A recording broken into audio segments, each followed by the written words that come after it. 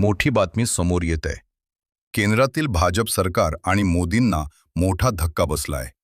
अखेर महिला आरक्षण आणि डिलिमिटेशन बिलावर मतदान पार पडलं आहे. हे विधेयक नामंजूर झालंय. बिल मंजूर होण्यासाठी 2/3 मतांची गरज होती. मात्र तेवढे मतं विधेयकाच्या बाजूने पडले नाहीत.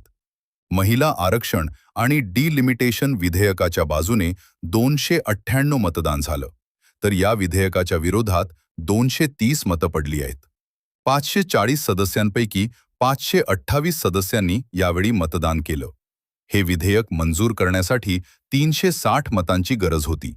मात्र त्यासाठी 62 मत कमी पडले आहेत. महिला आरक्षण आणि डिलिमिटेशन बिलावर आज संसदेमध्ये मतदान घेण्यात आलं. मात्र हे बिल मंजूर होऊ शकलेलं नाही. सुरुवातीपासूनच या बिलाला विरोधकांचा विरोध होता.